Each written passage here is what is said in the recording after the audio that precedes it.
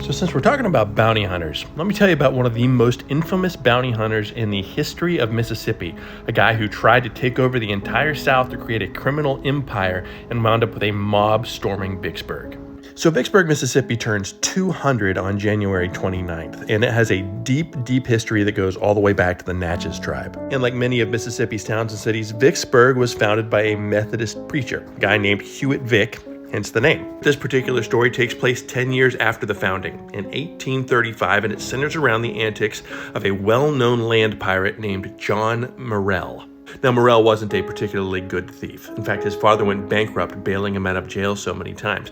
But he got the job done, and he was well known for it. In Mark Twain's book, The Adventures of Tom Sawyer, the treasure that Tom Sawyer and Huckleberry Finn find in the cave, that was supposedly the treasure of John Morrell. Eudora Welty and William Faulkner both wrote about him, and Humphrey Bogart once played him in a movie called Virginia City.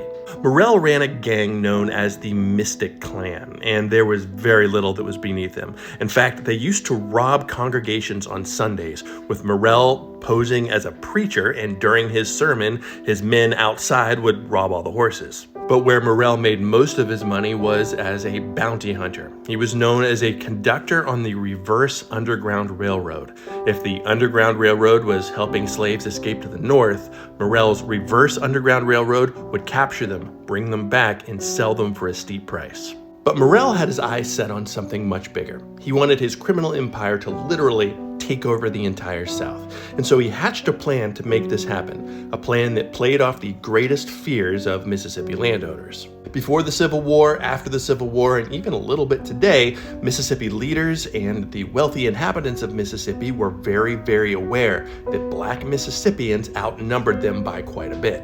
And during this time particularly, they were very worried about what would happen if the black population suddenly rose up and organized against them.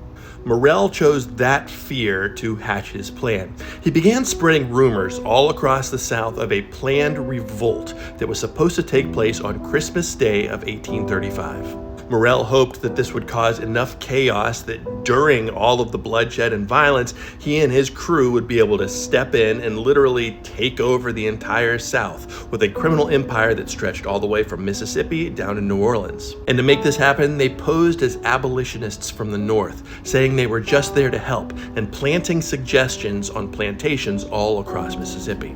Basically, they decided they were going to exploit black Mississippians in order to get them to do the dirty work for them.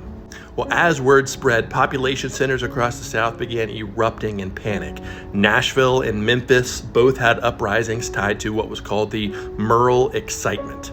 And during those times, anybody that was even thought to be involved was very quickly executed, white or black. But down just outside of Vicksburg, the angry mob there decided they weren't going to wait for any sort of an uprising to begin. They were going to take action right now. So on the night of July 6th, 1835, an angry mob charged into Vicksburg, looking for anybody they could find that seemed to be an outside influence that they could blame for what they thought was about to happen. And they landed on a group of gamblers who had set up shop along the river, a group of people who were very shocked and confused as to why this huge mob was coming after them. Naturally, they resisted, and that just made the mob even madder. And by the time the dust settled, many of the gamblers had been executed, the rest had been run out of town. In the weeks that followed, committees were set up in cities from New Orleans all the way to Huntsville, Alabama, very similar to the Salem witch trials or the McCarthy hearings. And anybody even thought to be giving ideas of freedom or revolt to the enslaved population were quickly removed from the mortal coil. Ultimately, Morrell's plan was a failure. He'd attempted to fan the flames of fear and guilty consciences across the South, but all he managed to do was just make a dark time even darker. He was eventually caught trying the exact same plan down in New Orleans, a plan that again didn't work.